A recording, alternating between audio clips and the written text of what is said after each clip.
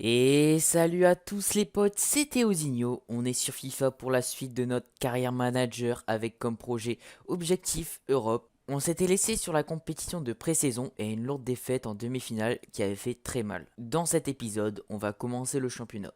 Aussi, je vais proposer quelque chose de plus immersif pour vous. Vous allez voir. Comme d'hab, je fais le parallèle avec l'actualité du Racing. La direction lensoise a choisi de ne pas prolonger l'expérimenté Guillaume Gillet. Mettez-moi en commentaire votre avis sur cette décision. En tout cas, n'oubliez pas le pouce en l'air et de s'abonner. Allez, c'est parti. Et voilà les gars, ça y est, on est sur FIFA.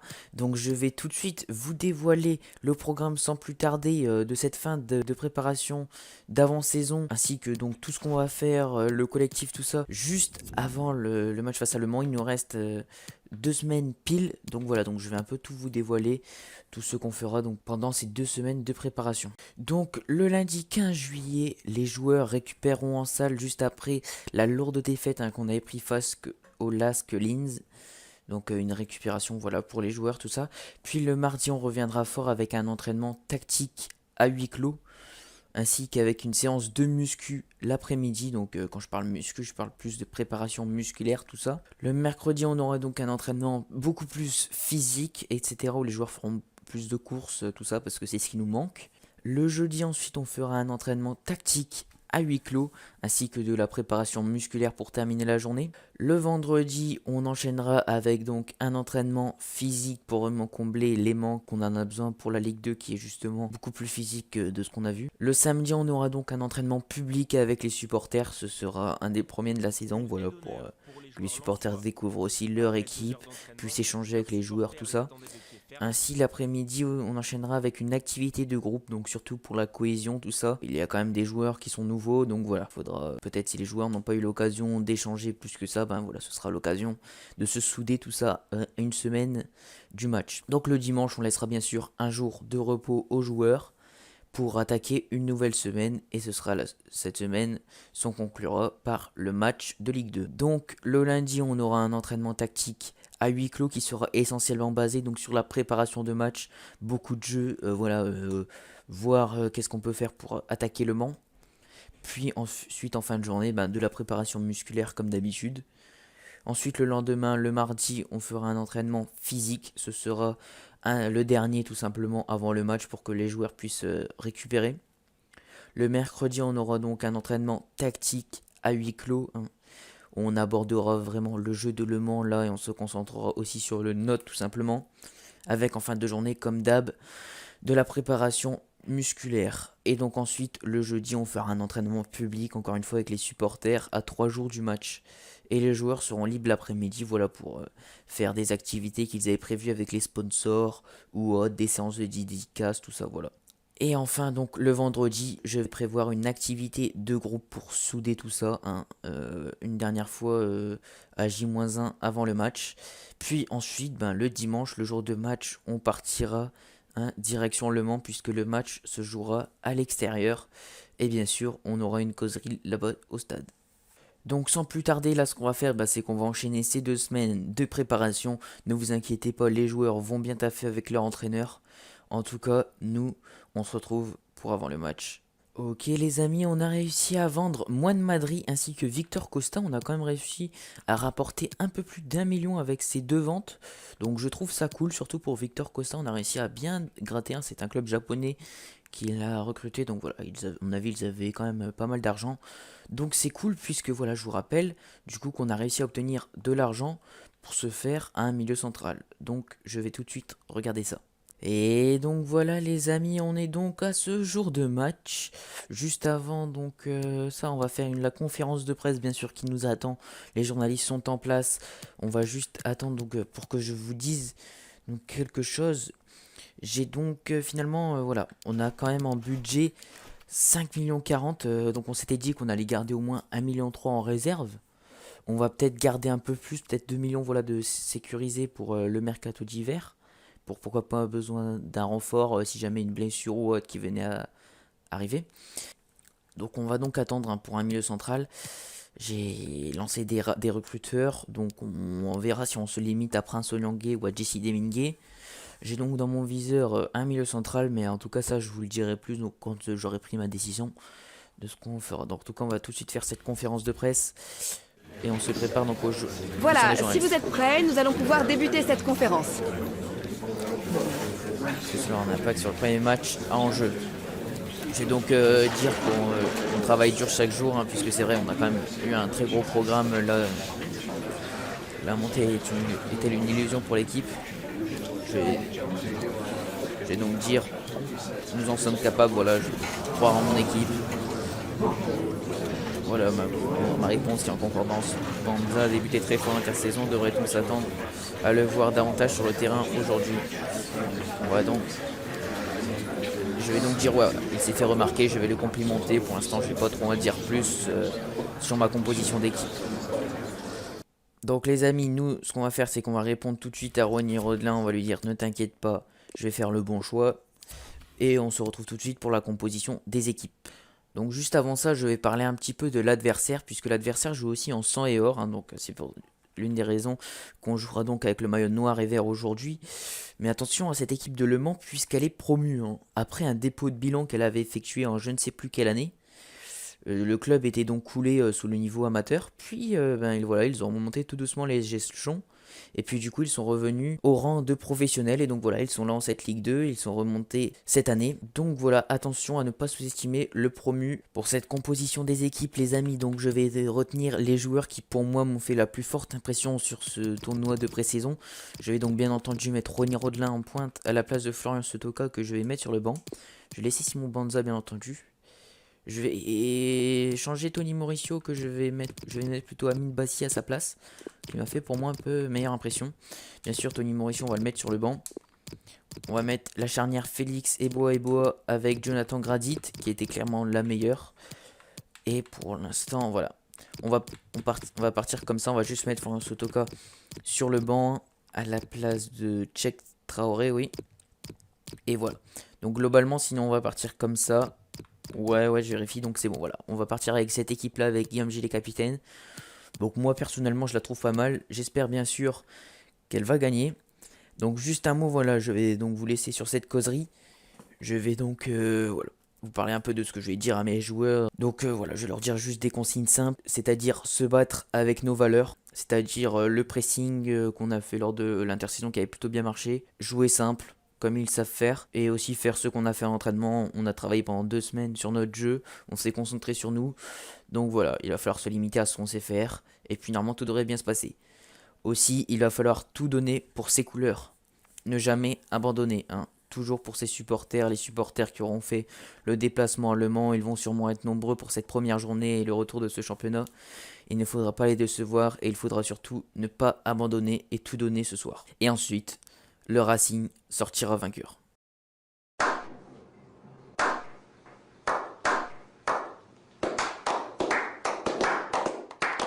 Et donc voilà les amis, on se retrouve pour cette première journée de Ligue 2 sur ces mots forts, hein, cette causerie. Les joueurs l'ont encore dans la tête, elle résonne de partout. Ils voient le parcage visiteur lensois qui est en feu, voilà, on le voit ici à l'image. Donc pour ce début, cette première journée de Ligue 2 qui s'annonce déjà chaude. Ah oui, à gauche. Vas-y Robaille. Gaëtan Robaille. Oh, la frappe a été intéressante. Il était dans un angle plutôt fermé. Mais c'est le gardien Monceau. Oui, Corentin Jean, vas-y. Allez. Voilà, fais pareil ta vitesse. Vas-y, Jean. Au second poteau. Et Rodelin, voilà. Le but des 100 et or. Signé Ronny Rodelin. C'était notre meilleur buteur lors de cette compétition de pré-saison. Et bien, il confirme ça. En tout cas, ça partait d'un très bon rush en solo de Corentin Jean. Et Ronny Rodelin qui était là au centre. Parfait. Ah là là, on peut pas mieux commencer ce match, voilà. Ouais, bon, attention dans l'axe. Ouh là là, les gars. C'est les cas là qui nous sauvent. Attention, les Manceaux qui sont menés à domicile. Ils veulent absolument réagir. Ah, parfait, hein, l'arrêt là.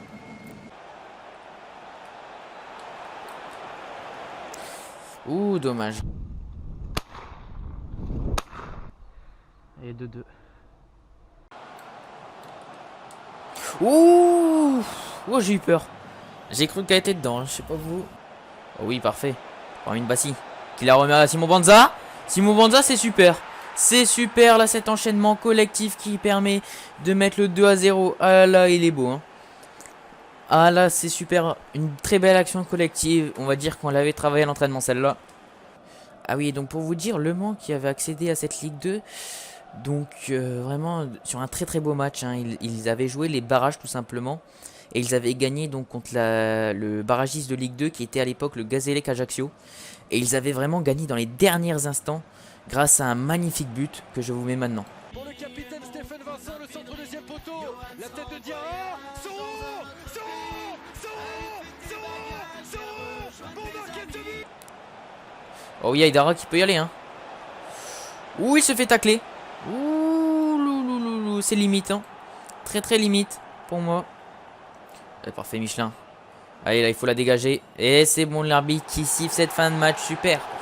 On commence très très bien cette Ligue 2. Je veux dire, voilà, 2-0 à Le Mans.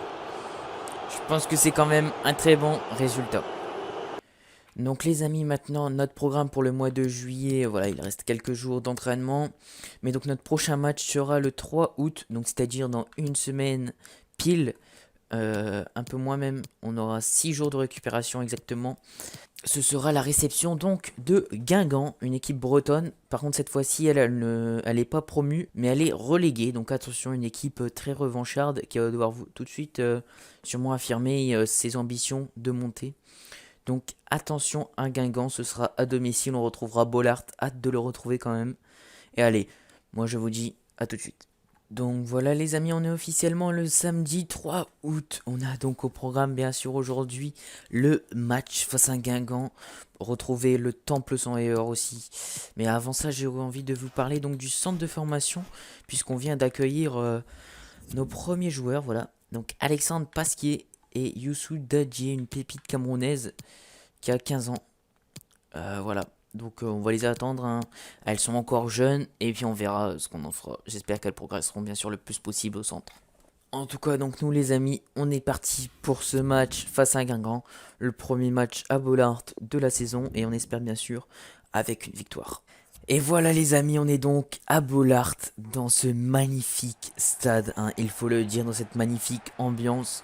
Et donc avant de commencer ce match, j'ai donc 2-3 informations à vous apporter sur ce stade. Donc sur le nom surtout, le stade Bollard, mais aussi le stade Bollard de Lellis, hein, c'est officiellement ça le nom.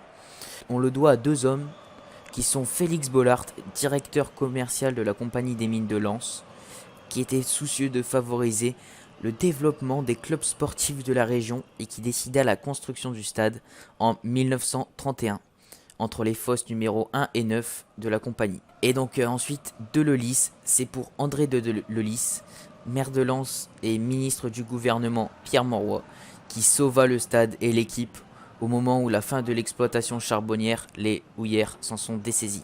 Donc voilà le stade Bollard qui doit son nom à ces deux hommes, ces deux grands hommes aussi du Racing Club de Lens, même s'ils n'étaient pas joueurs. En tout cas, nous on est parti pour cette deuxième journée et on espère bien sûr les 3 points comme d'hab. Oh attention, ce débordement là du jeune Guingampais. Et il faut la parade de Jean-Louis Léca là. Oh, pour Banza. Ah non, Rodelin, pardon. Oh, ce ballon.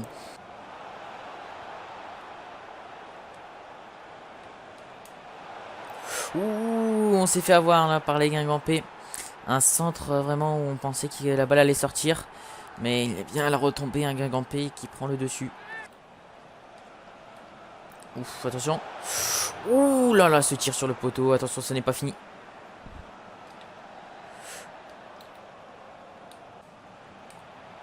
Oh oui, ce centre parfait pour Robaille. Ouh là là là là là là, sa tête. En championnat. Ah purée, on s'est fait, voilà, on se prend un but bête. C'est vrai qu'on n'a pas eu d'occasion. Guingamp mérite amplement sa victoire quand même malgré tout. C'est dommage parce que voilà, Allemand avait eu un beau match, mais là je trouve que voilà, mes joueurs n'ont pas été assez bons offensivement. Après cette défaite plutôt frustrante à domicile face à Guingamp, les Lensois auront à cœur de rebondir et il faudra rebondir à l'extérieur sur le terrain de Clermont qui se trouve à la 14e place à égalité de points avec nous. Donc voilà, une équipe qui est à peu près sûrement le même niveau. Donc comme on l'avait dit, on avait été un peu moyen offensivement. Donc c'est ce qu'on a travaillé cette semaine à l'entraînement et en tout cas, j'espère que ça se verra pour ce match. Petite nouveauté pour la composition des équipes, je vais cette fois-ci mettre Florian Sotoka en pointe, ainsi que Tony Mauricio au poste de milieu offensif. Ensuite, on va mettre Tchèque Doucouré à la place de l'expérimenté Guillaume Gillet. Et on partira sûrement comme ça, juste faire quelques changements sur le banc. Mais sinon voilà, on va partir comme ça, on va tenter cette composition. Bien sûr, je vais mettre Eboa, je ne l'avais pas vu qu'il n'était pas là. La charnière Eboa, Gradit. Bien sûr, on commencera à faire tourner un peu au fur et à mesure de la saison, mais bon, pour l'instant, il faut se lancer. Donc voilà, il faut des points, donc on va partir avec la meilleure équipe possible. On est donc parti pour ce match au stade Gabriel Montpied. Un beau match qui s'attend entre Lens et Clermont. Clermont qui est plutôt, elle, une ville de rugby hein, plutôt qu'une ville de foot. Voilà, les supporters sont plus attirés vers le rugby dans ce coin plutôt que le foot. Et c'est quoi? Bye. Rodelin. Oh oui, c'est parfait. Belle action collective. Robaille qui est trouvé sur le côté. Et Robaille qui centre pour Ronny Rodelin. Et c'est toujours notre buteur vedette qui marque. Ouh, attention, là ce renvoi qui est un peu trop. Ouf, ouh là là là là, on a eu chaud. J'ai donc demandé à Tchèque Doucouré pour cette fin de match de coller Adrian Gerbic, hein, vraiment qu'il fasse du marquage individuel puisque c'est lui le principal danger de cette équipe clermontoise. Il est petit, il est gentil, il a stoppé Léo Messi. Oh oui, bah si. Rodelin, encore. Et Rodelin parfait. Le doublé pour Ronny Rodelin. Et voilà, et nous qui mène 2-0. C'est parfait. À 10 minutes du terme. Ouh, Sotoka. On aurait pu mettre le 3e but là. Et super, l'arbitre qui siffle la fin du match. Le match n'était pas très passionnant, hormis les 2 buts, mais voilà. C'était un match de Ligue 2, et dans un match de Ligue 2, le principal, c'est les 3 points pour la course à la montée. Avant ce match à domicile face à Le Havre, on a donc prêté Nsana Simon à un club de je ne sais plus quel pays. Mais voilà, on l'a prêté, c'est ce qu'on voulait pour qu'il acquiert de l'expérience, etc.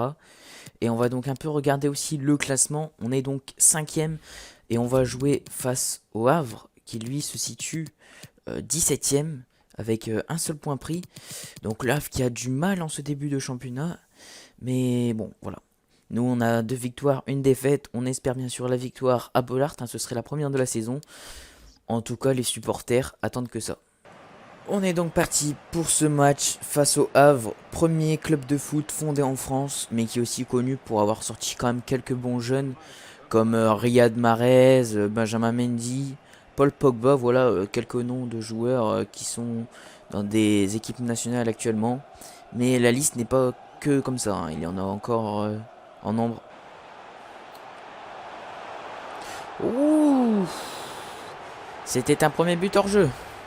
Mais c'est dommage, voilà, comme ça directement de monter le ton. Ouh, les cas à la parade. Les cas à la parade. Super. Désolé, baba.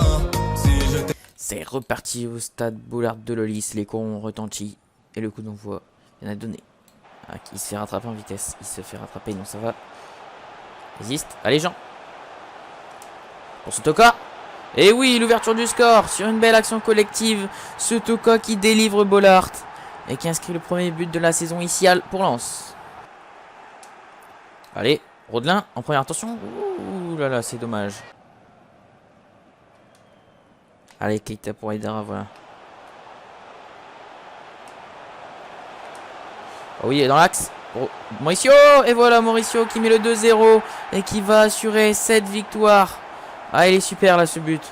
Et attention l'arbitre qui va siffler. Voilà, il siffle. Super. On rapporte les 3 points de Bollaert, nos premiers points ici. Allez, on va faire les interviews d'après-match. Voir ce que les journalistes nous préparent comme question. Féliciter nos joueurs, mais aussi l'adversaire. C'est ça, le fair play. Je suis avec l'entraîneur qui accepte gentiment de répondre à nos questions. Il semblait évident contre vous et votre adversaire. Avez-vous eu des doutes sur votre capacité à remporter? Non, on va faire. On se prépare toujours au pire. J'avais du médecin. On va gagner, voilà. Une victoire confortable après les 2 buts de votre équipe. Pensez-vous que le match aurait pu basculer dans l'autre sens? mettre. On est tourné vers notre prochain match, ouais, directement. On fait le boulot, on mérite les 3 points. Je peux pas disséquer notre performance. On est déjà tourné vers notre prochain match. Voilà, ça c'est la règle aussi pour la Ligue 1. Parce que ça a été difficile de passer à la défense adverse. On a joué notre jeu tout simplement là. On a joué notre jeu, on savait ce qu'on était capable de faire et on avait vraiment mis en place de plans anti-badés. Merci beaucoup. Voilà. Donc les amis, un point sur ce classement au bout de 4 journées. On est donc 3ème avec 9 points. 3 qui est leader à remporter tous ces matchs. Donc pourquoi pas un 3 costaud cette année. Lorient est devant nous. Et c'est Niort et Valenciennes qui derrière nous suivent. Donc voilà, il va falloir de toute façon continuer encore comme ça. Je pense que le classement sera vraiment révélateur au bout de 10 journées, je dirais. Après là, voilà, au bout de 4 journées, ça va encore. Hein, les écarts sont pas trop importants. En tout cas, voilà, moi, c'était tout. Au bout de 4 journées, voilà, on est 3ème.